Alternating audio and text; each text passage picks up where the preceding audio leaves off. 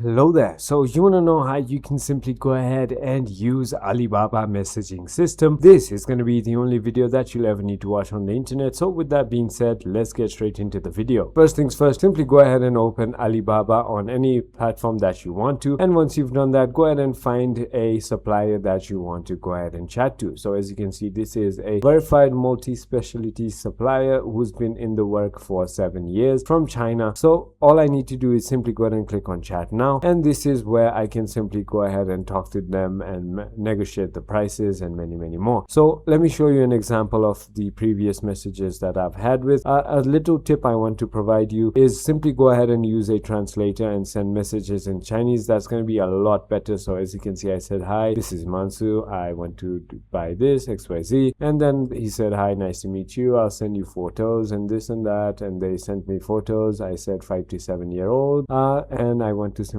go ahead, and he said like 200 pieces can only be purchased. I negotiated it down to 50 pieces can be mixed, and then we just continued talking. So that is about it. You can also send images, files, voice calls, video calls, business cards, address, and many more. So I hope this video was helpful to you. If it was, hit that like button, and I'll see you on the next one.